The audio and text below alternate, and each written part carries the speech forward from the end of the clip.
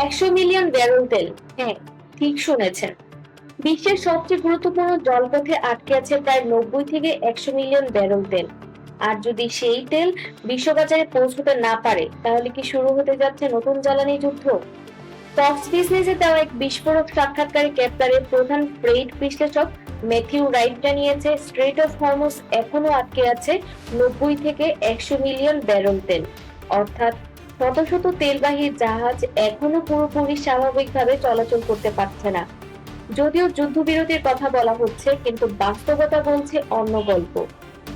Strait of Hormuz মধ্যপ্রাচ্যের একটি সরু সমুদ্রপথ, কিন্তু এই ছোট্ট জলপথ দিয়ে বিশ্বের প্রায় 20% তেল পরিবহন হয়।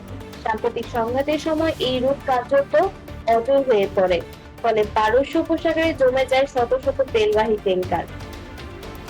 কিছু জাহাজ তাদের ট্রান্সপন্ডার বন্ধ করতে চলছে, কিছু জাহাজ বিকল্প বিপজ্জনক রুট ব্যবহার করছে, আবার কিছু জাহাজ এখনো অপেক্ষা করছে নিরাপদ সংকেতের জন্য। বিশেষজ্ঞদের মতে শুধু জাহাজ আটকে থাকাই সমস্যা নয়, অনেক দেশের তেল সংরক্ষণাগার ইতিমধ্যে প্রায় পূর্ণ। ফলে তেল বের হলেও সঙ্গে সঙ্গে খালাস করা সম্ভব নাও হতে পারে। আরো বড় বিষয়, হরমুজ পুরোপুরি খুলে গেলেও স্বাভাবিক পরিবহন ফিরতে সপ্তাহ কিংবা মাস লেগে যেতে পারে।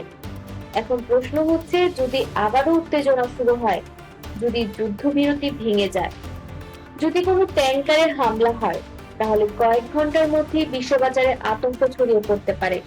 কারণ হরমুজ শুধু একটি সমুদ্র পথ নয়, এটি বিশ্বের জ্বালানি সরবরাহের লাইফলাইন। বিশ্বের বহু অর্থনীতি এখনো এই রুটের উপর নির্ভরশীল। সৌদি আরব, ইরাক, কুয়েত, সংযুক্ত আরব আমিরাত সবাই কোনো না কোনো ভাবে এই পথের উপর নির্ভর করে। একটি প্রশ্ন ভাবুন তো, যদি এই 10 কোটি ব্যারেল তেল বাজারে প্রবেশ করে, বিশ্লেষকরা বলছেন বিশ্ববাজারে হঠাৎ অতিরিক্ত সরবরাহ তৈরি হতে পারে, ফলে তেলের দাম আরো কমে যেতে পারে। কিন্তু বিপরীত দিকও আছে। যদি নতুন করে সংঘাত শুরু হয়, তাহলে তেলের দাম আবার আকাশ ছুঁতে পারে। এ কারণেই আজ বিশ্বের বিনিয়োগকারী সরকার এবং জ্বালানি কোম্পানিগুলো একটাই জায়গার দিকে তাকিয়ে আছে, স্ট্রেট অফ হরমুজ। এখানেই রয়েছে সবচেয়ে বড় টুইস্ট।